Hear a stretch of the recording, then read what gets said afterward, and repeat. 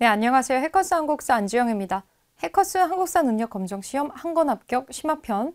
이제 조선시대 전반의 정치, 사회, 경제, 문화 부분에 대한 걸 정리를 좀 해봤는데, 우리가 왜 단골로 나오는 문제 파트들이 있죠? 그 지역에 대한 내용을 묶어서 나오거나 아니면 이제 풍속이라든지 유네스코 문화유산이라든지 그런 것들이 있는데, 이제 뒷파트에 딸려 있는 이런 걸 모아가지고 챕터를 따로 나누어 놓은 게 있습니다. 그거를 따로 정리를 한번 해보도록 할게요.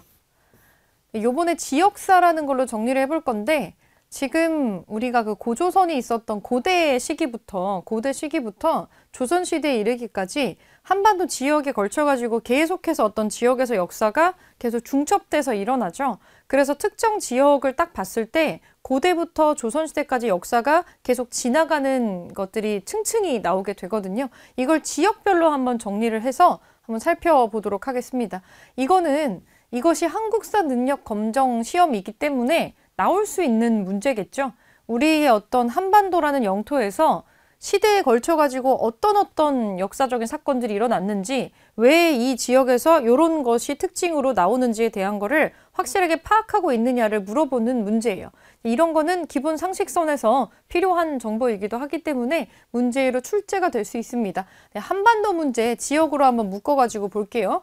우선은 위에서부터 이제 내려오는 순서인데, 그 북쪽에서부터 남쪽으로 내려가는 순차적으로 지금 정리가 되어 있는 것 같습니다. 자, 위에 있는 것부터 한번 볼게요. 평양. 우리가 실제로 지금 갈 수는 없는 곳이기는 하죠. 평양은 서경이라는 이름으로 좀 중요하게 생각이 많이 됐었습니다. 이거는 고려시대 때 서경으로 이제 체크가 되면서 중요시하게 많이 생각이 됐었죠. 자, 고대부터 평양에서 무슨 일이 있었냐면, 고구려의 장수왕이 이쪽으로 천도를 하죠. 남진 정책을 하면서 평양 쪽으로 쑥 내려와서 여기에서부터 고구려 역사가 남쪽으로 확장이 되어 가기 시작을 하는데, 거기에서 중요하게 등장을 하고요. 고구려가 완전히 멸망하고 나서는 당나라가 여기에 안동 도호부라는 거를 설치를 하기도 했었죠. 자, 고려 시대로 넘어오면 이 평양을 사실은 태조 왕건 때부터 중요하다고 생각하라고 그렇게 유언을 남기기도 했었는데, 인종이라는 임금 때 묘청이라는 승려가 여기를 대단히 중요하게 내세우면서 이 풍소지리설 중에서, 자, 지금 평양의 모든 기운이 여기에 다 좋은 기운이 이제 여기에 있다. 원래 고려의 수도인 개성은 지금 운세가 다 했고 평양의 운세가 지금 쑥쑥 일어나고 있으니까 풍수지리상 여기가 되게 명당이다. 이쪽으로 우리 수도로 옮겨야 된다. 서경천도 운동을 했었던 장소가 바로 평양이기도 합니다. 그리고 조선시대에 넘어와서는 우리가 임진왜란 때 한번 일본이 이제 평양성까지 뺏었던 적이 있지만, 조명연합군이 다시 한번 탈환을 했기도 했고요. 그리고 유상이라고 하는 사상의 활동 거점으로 평양이 쓰이기도 합니다. 자, 근대로 넘어왔을 때는 무슨 일이 있었느냐? 이 평양에서 우리가 미국이랑 전쟁을 했었던 신미양요가 있었는데, 이거에 발단이 되는 사건이 여기서 있었어요. 평양의 군민과 이 미국인들의 충돌이 있었던 건데, 제너럴 셔먼호라고 하는 상선이 이쪽으로 쑥 들어와서 우리랑 교류를 하자, 문 열어달라, 뭐 이런 식으로 요청을, 굉장히 폭력적인 방식의 요청을 한 거죠. 그래서 화가 난 이 평양의 군민들이 이 배를 격침을 시켜버렸죠. 제너럴 셔먼호를 침몰을 시켜가지고 요거를 꼬투리 잡아가지고 신미양요가 생겨나게 됩니다. 여기에 발단이 되는 사건이 일어났었던 장소가 평양이다라고 하는 걸 기억을 해주시고요. 여기에 또 대성학교라는 민족 학교가 설립이 되기도 했었어요, 평양에. 그리고 일제강점기로 넘어가겠습니다. 일제강점기 여기서 뭐가 있었냐면, 자, 조만식이라는 사람이 있어요. 고당 조만식. 이 사람이 주도를 해서 조선물산장려회라는 게 여기에서 발족이 됩니다. 그러니까 이름에서 티가 나죠. 우리 거 쓰자는 거예요. 물산장려운동이 여기서부터 스타트가 되기도 했고요. 그리고 강주룡이라고 하는 사람이 여기에서 그 을밀대라는 곳에서 고공농성을 처음으로 전개를 했었던 곳입니다. 여성이에요. 일본의 어떤 포갑적인 정치에 당연히 노동자들의 생활도 굉장히 힘들었는데, 이거는 일제강점기에 발생을 했었던 최초의 어떤 노동운동이라고 봐도 무방을 할 것 같아요. 노동운동을 벌인 심지어 여성 운동자였고, 그 지붕 위에 올라가서 고공농성이라는 거를 이때 한 거죠. 평원 고무농장의 여공들의 파업 그리고 시위를 이 사람이 주도를 했었고요. 을밀대에서 고공농성을 벌이고 나중에 결국에는 이 노동운동을 지속하다가 사망을 한 것으로 나오는 사람입니다. 그래서 노동사에서도 종종 언급이 되는 사람이라서 평양에서 있었던 일이다 기억해 주시고요. 그리고 현대에 지금 우리가 살고 있는 시대의 평양에서는 우리 그 남북협상도 평양에서 진행이 됐었었고 대한민국이 형성될 그 즈음에 북이랑 찢어지지 않으려고 김구 선생이 많이 노력을 했었잖아요. 그때 평양으로 넘어가서 남북 협상도 했었는데 결국에는 남북한이 서로 찢어져서 개국을 하게 되었지만 그리고 이쪽에서 제1차, 2차 남북 정상회담이 개최가 됩니다. 그래서 우리의 통일 정책이 언급될 때 평양이 종종 나오는 지역이에요. 그렇게 또 기억을 해주시고요. 조금 더 외진 곳으로 위쪽으로 좀 올라가 보면 원산이라는 데가 있어요. 원산. 이 원산에 대한 거는 크게 두 가지 정도 기억해 주시면 되는데 자 근대 시기에 강화도 조약을 통해서 문을 연 항구 세 군데 중에 하나입니다. 원산, 인천, 부산을 열라고 했었죠. 이렇게 좀 생각해 주시고 여기에 최초의 관과 민이 협동해서 세운 원산학사라는 학교가 세워지기도 하더라. 요것도 기억을 좀 해주시고요. 일제강점기에 무슨 사건이 일어났느냐? 유명한 사건이 하나 있습니다. 원산의 노동자 총파업이라는 사건이 일어났었던 장소예요. 요거 같이 기억을 해주시면 좋을 것 같아요. 고대나 이런 데보다는 근대랑 일제시대 때를 주로 언급을 하기 때문에 원산도 지명 이름이랑 위치를 좀 같이 기억해 주시면 좋을 것 같습니다. 지금 여러분들이 여기에 이론 내용이 정리가 되어 있기 때문에 요 글줄만 보고 계신데 만약에 가능하시다면은 한반도 지도 같은 거 옆에 한번 두시고 평양이 어딘지 원산이 어딘지 같이 위치를 보면서 문제를 푸셔야 될 거예요. 왜냐면 이렇게만은 문제 나오지 않아요. 보통 우리에게 지형을 찝어가지고 그림이나 이미지 같은 걸로 사료를 던져준 다음에 가나다라 같은 거 표시해 놓고서는 여기에 가에 해당하는 곳에서 있었던 일로 옳은 것은 뭐 이런 식으로 낼 수 있으니까 실제 지도에서 어디에 위치하는지를 모르면 의미가 없죠. 이거를 외우는. 그거 같이 보면서 기억을 좀 해주시고요. 자, 개성은 좀 익숙하지 않으실까 싶습니다. 개성은 고려의 500년 수도이기도 했기 때문에 중요하게 언급이 자주 됐었죠. 개경이라고도 부릅니다. 고대의 개성이라고 하는 것은 궁예라고 하는 신라의 왕자 출신의 이 궁예가 후고구려를 건국한 데가 이제 개성입니다. 개성. 그리고 이제 고려로 왕조가 또 한번 바뀌었을 때 왕건이 이 개성 출신 호족이에요. 그래서 여기를 중심으로 해서 수도로 여기가 발돋움을 하게 되는 거죠. 수도였기 때문에 만월대 같은 이 수도 유적이 남아있다는 것도 하나의 큰 특징입니다. 그러니까 고려의 500년 역사가 거의 다 이 개성이기 때문에 중심이 당연히 이름난 귀족이나 세력가들은 다 개성 쪽에 살았겠죠. 그래서 이제 고려시대에 무신집권기가 되면 최충원이라고 하는 최씨 무신정권을 만든 사람이 있잖아요. 이 사람도 당연히 주거지가 개성이었겠죠. 이 사람의 집에서 일했었던 사람이 일으킨 사건이 또 하나 있었습니다. 최충원 집안의 노비였던 만적이 여기서 난을 모의를 했었죠. 만적의 난이라고 하는 것과 개성이 또 지역이 일치한다는 거 기억을 해주시고요. 그리고 이제 고려의 충신이죠. 정몽주가 조선의 개국에 대해서는 반대를 했었죠. 새로운 왕조로 바꾸는 거는 반대했던 사람인데 이 사람이 개성의 선주교에서 나중에 태종으로 등극하는 이방원에 의해서 피살이 되는 장소가 또 개성이기도 합니다. 그리고 조선시대의 개성은 송상이라는 유명한 상인이 있어요. 거상으로 성장을 하는 이 상인의 근거지가 바로 이제 개성이고요. 현대의 개성은 뭐냐? 우리 6.25 전쟁 때 한국전쟁이죠. 한국전쟁 때 정전회담이 개최된 데가 이쪽이에요.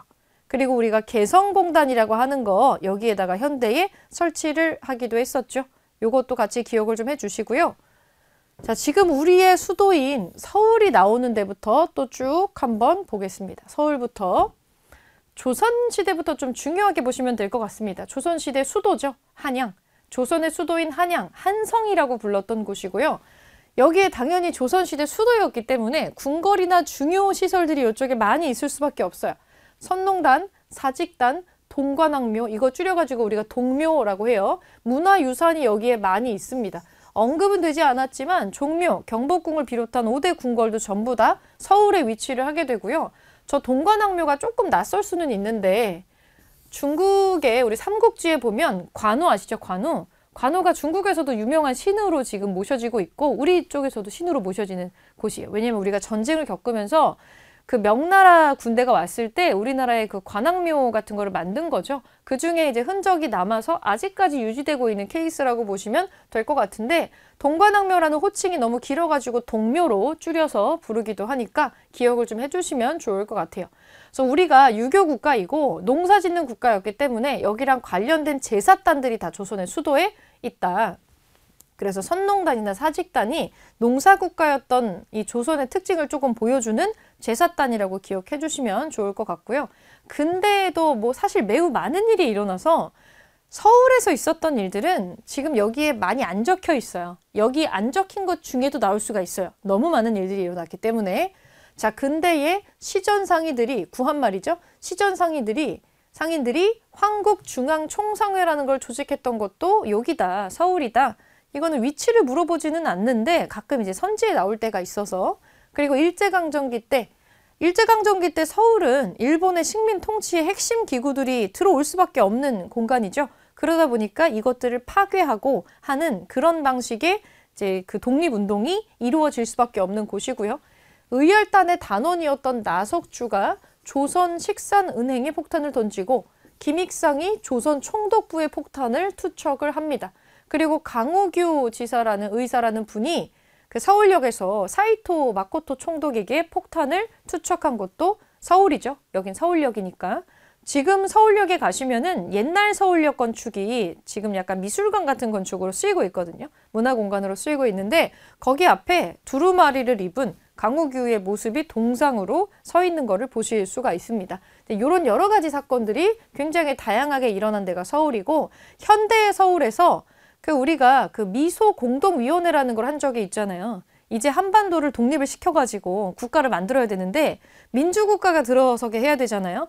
근데 우리가 지금 정치적으로 조금 혼란하고 오랜 식민 통치를 겪고 나서 이제 독립이 되다 보니까 아직 너무 혼란스러운 상태라 어떻게 국가를 정립할 것인지에 대해서 미국과 소련이 우리나라에서 위원회를 만들어가지고 회담을 한 게 있어요. 잘 안 됐습니다.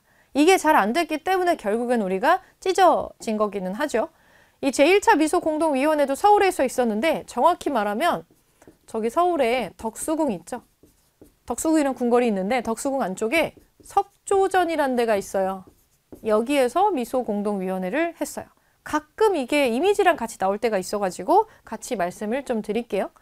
자, 그리고 좀 아래로 내려가겠습니다. 충청도로 내려갈게요. 공주. 고대의 공주라고 하는 곳은 백제의 두 번째 수도였던 지역입니다. 그때는 웅진이란 이름으로 불렸었죠. 그래서 여기가 백제의 두 번째 수도 지역이었기 때문에 여기에 왕릉으로 추정되는 무덤들이 이제 있었던 거죠. 송산리 고분군이라고 하는 유명한 관광지가 있는데 지금은 이렇게는 부르지 않아요. 지금은 이렇게 부르지 않고 여기에 그 유명한 무령왕릉이 있어요. 그래서 여기를 무령왕릉원이라고 합니다.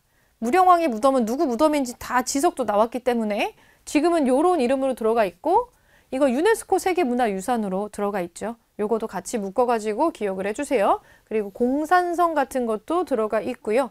그리고 고대에서 그 통일신라 때 김헌창이라는 사람이 여기 쪽 지역의 이제 관리였던 거예요. 요 사람이 여기서 난을 일으키기도 해요.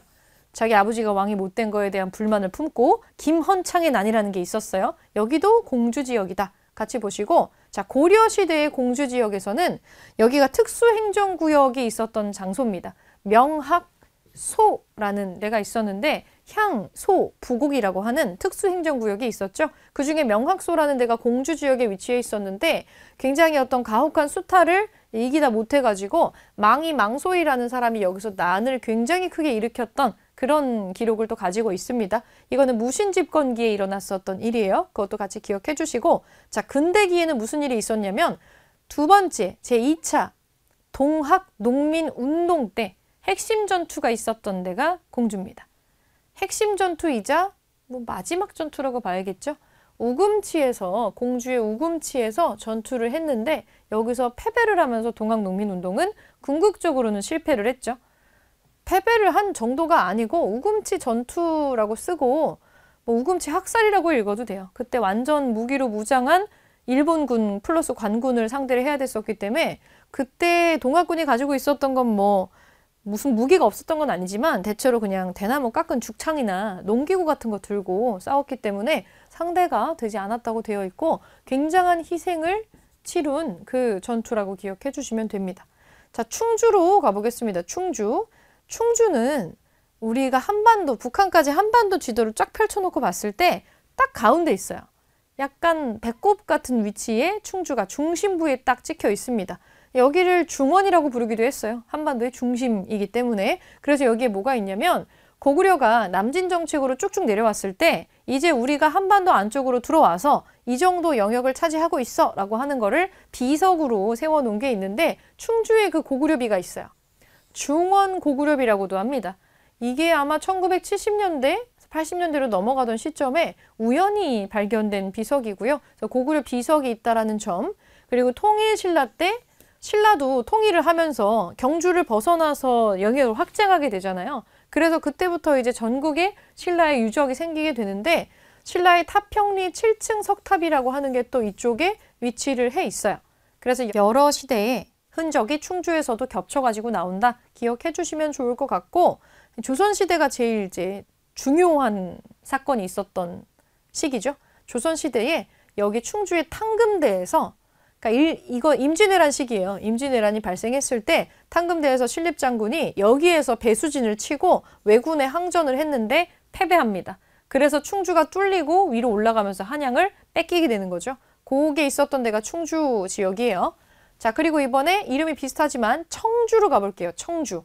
청주 지역에서 나오는 거 딱 두 가지 정도인데 첫째, 신라의 그 촐랑문서가 적힌 그 배경지가 되는 데가 여기 청주예요. 청주 지역의 신라 시대에 이 지역의 그 촌주가 작성한 문서가 일제강점기 때 발견된 게 있어요.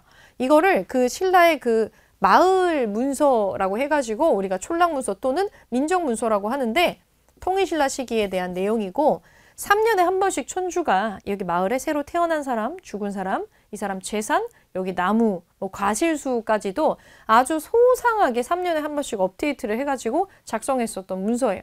이런 걸 작성을 해야 세금도 걷고 노동력도 이제 뽑아내고 하죠. 이제 그런 데이터베이스가 됐었던 문서가 실제 있었던 건데 우리한테는 뭐 기록도 정확히 존재하지 않다가 일본의 어디 사찰 창고 같은 데서 발견이 된 거죠. 그래서 이 민정문서라고 하는 게 발견된 소재지다라고 하는 게 청주다. 기억해 주시고 이거보다도 자주 나오는 게 요겁니다.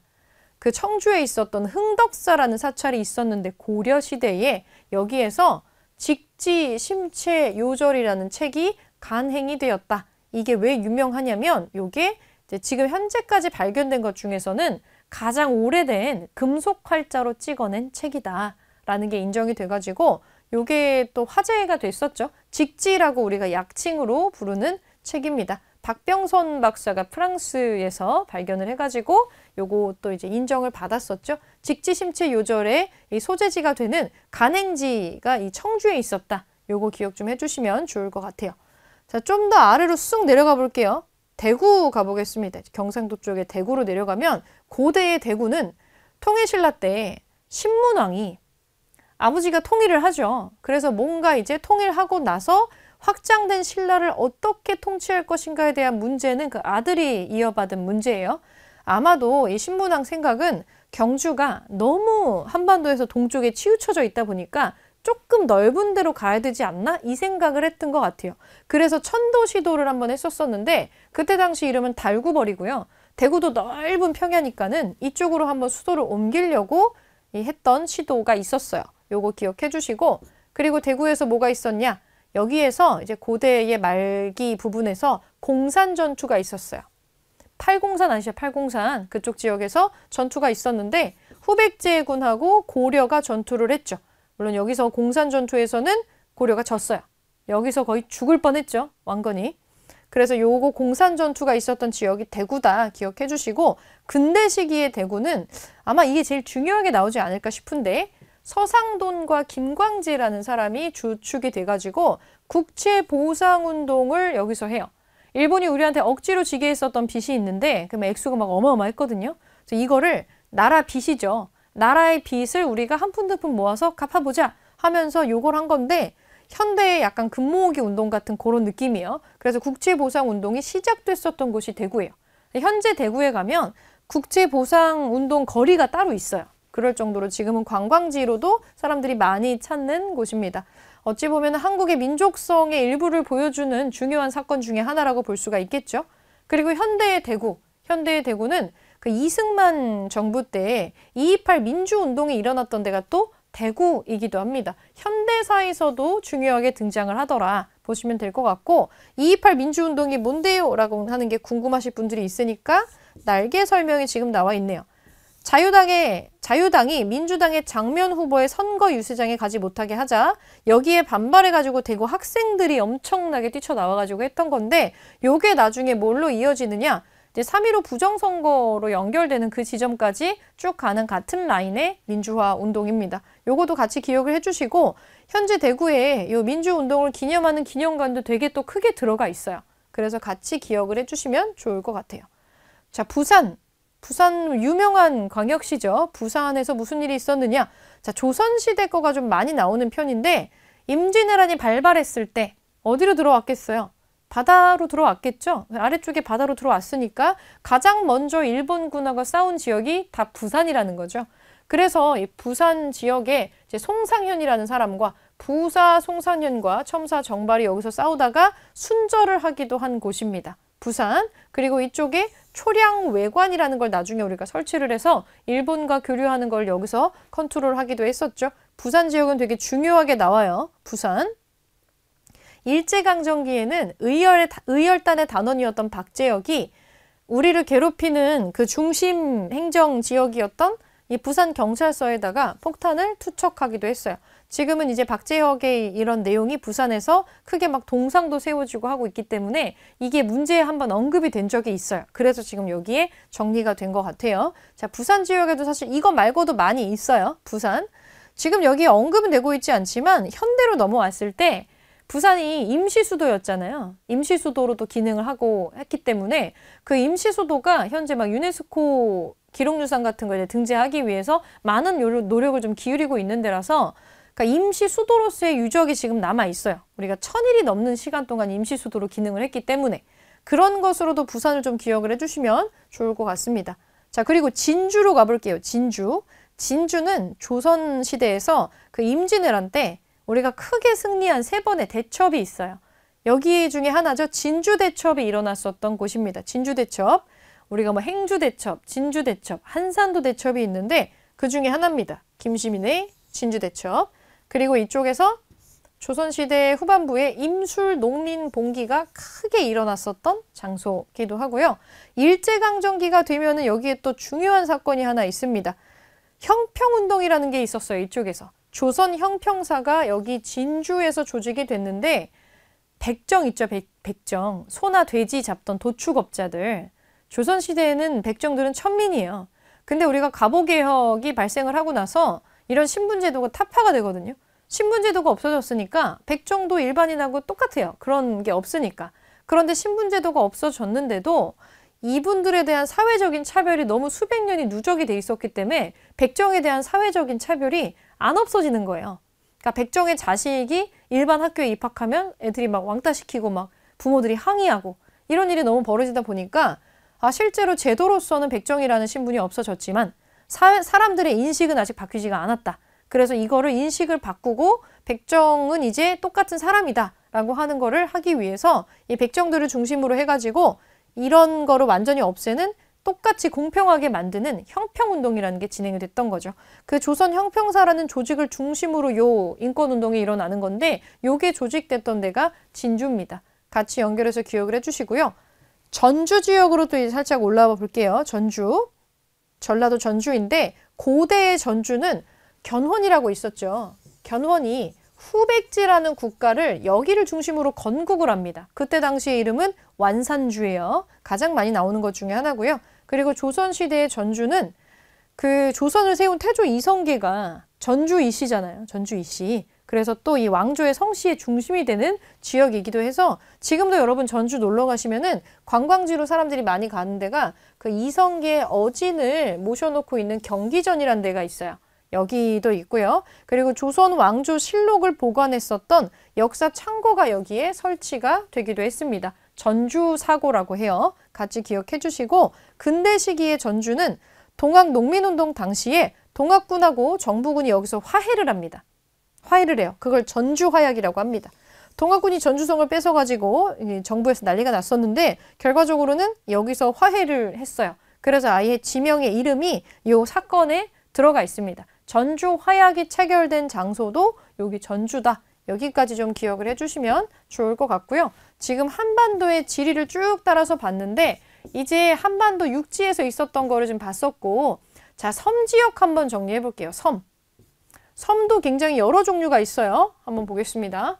자, 강화도. 지금 서울에서 제일 가까운 지역이죠. 강화도를 가리키는 별명이 있어요. 지붕 없는 박물관이라고 해요. 선사시대부터 현대까지 너무나 많은 역사들이 강화도에서 중첩돼서 일어났기 때문인데, 자, 대표적으로 선사시대 유적으로는 여기 고인돌이 있어요. 고인돌.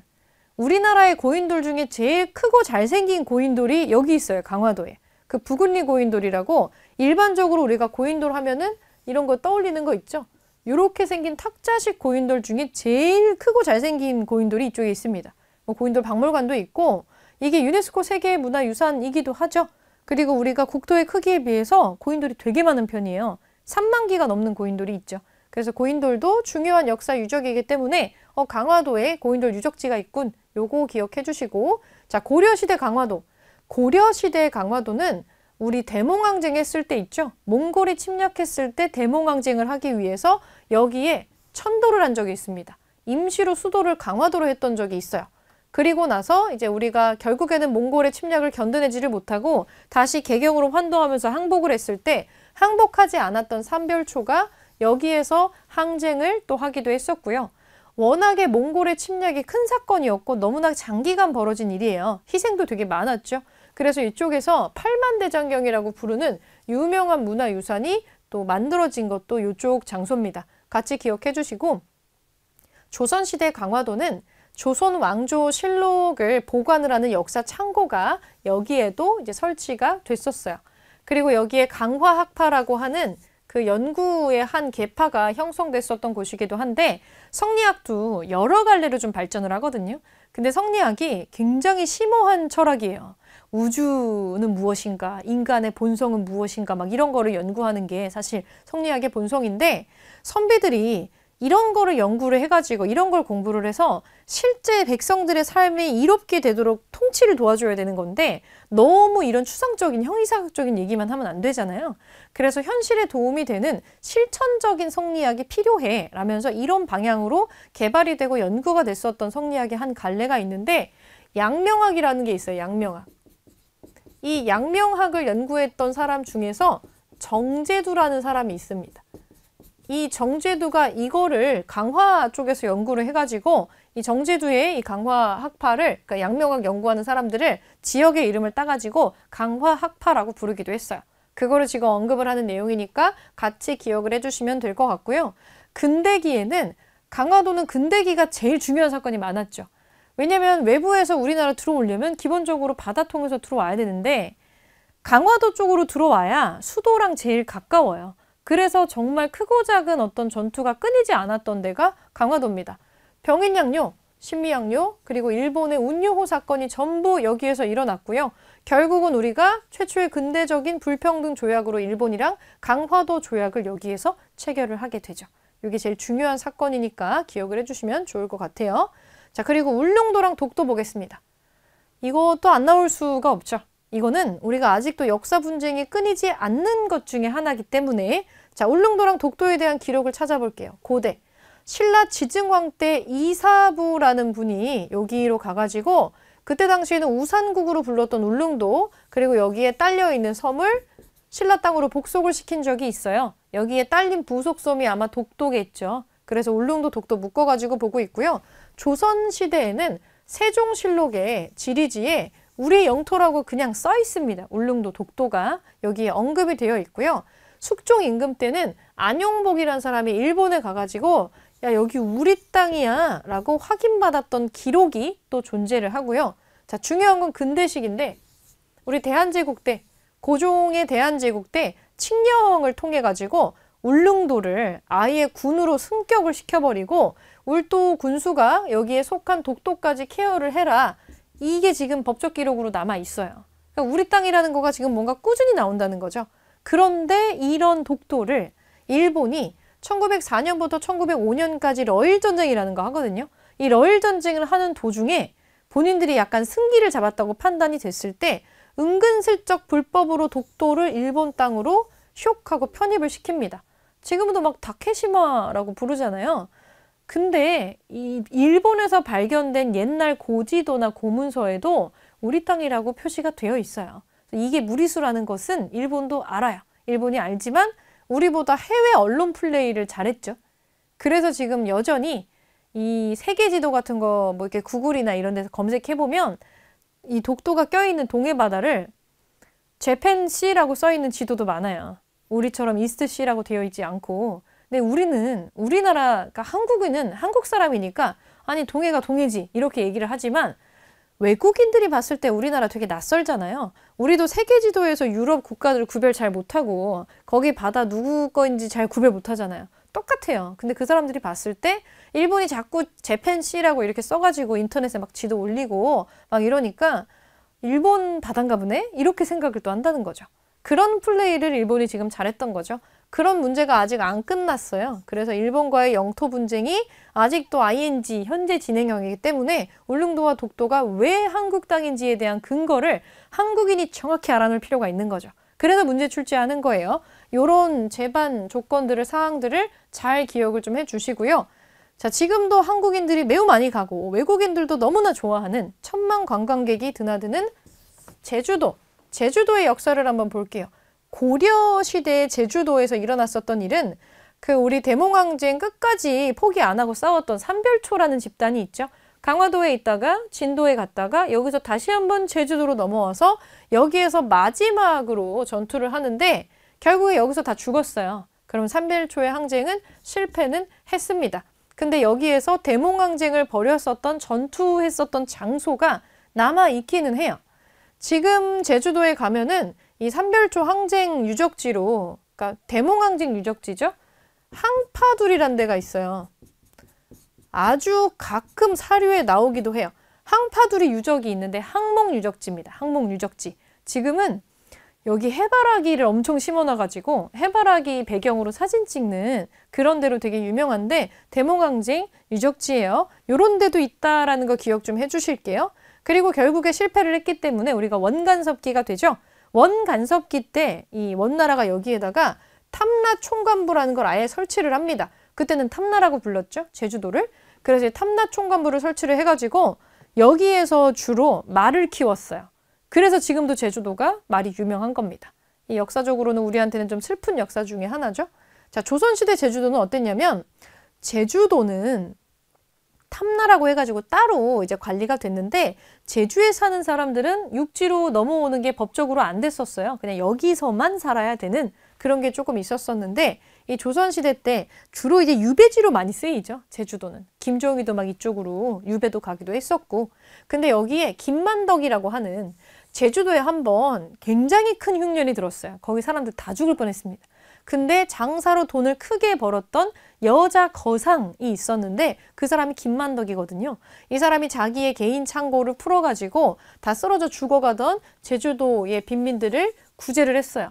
그래서 제주도가 위기에서 한번 탈출을 했는데 이 소문이 왕의 귀에까지 들어가가지고 이 김만덕에게 상을 주게 되는 거죠. 그때 임금이 정조인가 그랬어요.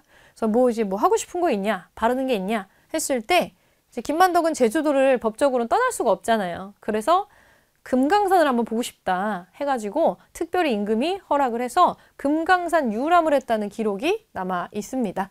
그리고 이제 조선시대 때 바다를 통해서 표류를 하는 외국인들이 가끔 제주도에 정착할 때가 있는데 너무 유명한 사람이 또 제주도에 표류를 했었죠. 하멜, 네덜란드 사람이죠. 하멜이 여기에 표류를 해가지고 아마 하멜 표류기라는 책의 제목이 기억나시는 분들도 있을 거예요. 그런 것들이 주로 제주에서 있었다. 그리고 요새 이제 현대사에서 중요한 사건으로 나오는 게 제주 4.3. 이 제주 4.3 사건 너무 중요하게 나오죠. 이거는 어찌 보면 정부의 이름으로 자행된 폭력 중에 하나고 오랫동안 감춰져 있다가 이걸 꺼내서 얘기하게 된 것도 얼마 안 됐어요. 그런데 이 제주 4.3 사건이 자, 2025년 기준으로 요게 유네스코 세계 기록유산이 됐습니다. 그래서 진실을 알리는 자료들이라는 그런 주제로 이게 유네스코 기록유산이 됐어요. 그러니까 우리나라 민주화운동 기록물들이 유네스코로 많이 올라가 있거든요. 동학기록물, 4.19 기록물 이런 게 올라가 있는데 이제 제주 4.3 사건이 올라가 있는 건 대단히 특이한 사건이기도 하고 잊어버리면 안 되는 기록이기도 해요. 이런 일이 반복돼서는 안 되겠죠. 그래서 그런 거에 대한 중요성 때문에 이게 유네스코 기록유산이 됐기 때문에 이 4.3 기록물들은 진실을 위한 목소리라는 진실을 위한 아카이브라는 제목으로 등재가 됐어요. 그러니까 우리나라에서는 어찌 보면 오랫동안 숨겨왔었고 드러내지 않았던 사건인데 세계인들이 다 볼 수 있는 기록으로 지금은 선정이 되어 있기 때문에 너무 중요하게 언급이 될 수 있겠죠. 그렇다면 한능검에서도 다를 수밖에 없는 소재가 될 거예요. 제주 4.3에 대해서도 나중에 따로 정리를 좀 꼭 해주시면 좋을 것 같아요. 자, 그리고 절영도로 가볼까요? 절영도 또는 영도, 부산에 가면은 영도다리라는 게 있죠. 거기랑 연결되는 장소입니다. 절영도. 절영도에서 제일 많이 나오는 얘기는 러시아가 우리 여기다가 배에 들어가고 나가고 조차지로 여기 쓰면 안 돼? 이런 식으로 요구했던 기록을 가지고 있어요. 절영도. 그리고 진도로 또 넘어가 볼게요. 진도. 이거 우리 아까 잠깐 나왔었던 계속 나오는 삼별초가 있는데 삼별초가 강화도에서 나와가지고 진도로 내려갔었어요. 진도에서 용장성이라는 걸 쌓고 대몽항쟁을 했었죠. 여기서 실패하고 나서 제주도로 넘어가는 거예요. 진도를 기억해 주시고 자, 검은도. 검은도에서 일어났었던 사건은 주로 근대기 사건이 많이 나와요. 이게 뭐냐면 영국이 러시아를 굉장히 경쟁자로 생각을 하고 있는데 러시아가 점점 조선으로 쭉쭉 내려오면서 영향력을 확대해가고 있는 것 같은 거죠. 그래서 러시아의 영향력의 확대를 조금 경계를 하면서 요거를 구실로 자기네들이 어떤 영역을 좀 보호하고 한다는 그런 구실로 우리가 허락을 전혀 하지 않았는데 검은도라고 하는 섬을 가서 이거를 불법 점령을 했었어요. 몇 년간 여기에 불법적으로 영국이 들어가 있었어요. 여기다가 자기네들이 이름도 붙여요. 포트 해밀턴이라고 해밀턴 섬이라고 이름도 붙여가지고 이 영국이 들어갔었던 시기가 있습니다. 러시아와의 세력 균형 그런 경쟁으로 인해서 있었던 사건이다. 이렇게 생각해 주시고요. 자, 완도로 가볼까요? 완도? 완도에 대해서 많이 나오는 거는 고대 시기 일입니다. 통일신라 때 장보고가 바다의 왕자 장보고가 여기 완도에다가 해군 무역기지였던 청해진을 설치를 해서 해적도 소탕을 하고 상당한 세력을 여기서 성장을 시키는 그런 역할을 하죠. 완도는 통일신라의 장보고를 기억해 주시고 자, 거제도. 거제도는 현대사 파트 내용이 주로 나와요. 6.25 전쟁 시기에 포로 수용소가 설치가 됐었고요. 지금도 이거를 중심으로 관광지가 다크투어 유적지가 형성이 되어 있는 곳이 거제도입니다. 자, 그리고 흑산도. 조선시대 흑산도는 주로 유배지예요. 유배지. 그래서 유배지 중에서도 어떤 인물의 유배가 많이 나오냐면 조선시대 후반에 정약용 집안이 완전 폭탄을 맞죠. 그때 정약용의 형제 중에 정약전이라는 사람이 이쪽으로 유배를 갔는데 여기 유배지에서 주변의 자연환경을 관찰을 해가지고 자산어보라고 하는 일종의 물고기 도감? 이런 어류 도감을 만든 게 있어요. 그래서 요게 가끔 나오기도 합니다. 이게 답으로 나온다기보다는 약간 지역 문제를 냈을 때 선지 중에 하나로 언급이 될 때가 있으니까 기억을 해주시면 좋을 것 같아요. 그래서 지금 한반도 내용이 쭈르륵 나왔는데 지역별로 이것만 있는 것도 아니에요. 되게 많아요. 되게 많고 지금 약간 축약된 부분도 없지 않아 있어 보입니다. 그런데 대체로 자주 나오는 선지로 한 번씩 나왔던 걸 아마 모아서 정리를 한 걸 거예요. 이거는 기본적으로 알아두신다고 생각을 좀 해주시고 중요한 거는 어딘지 알아야 돼요.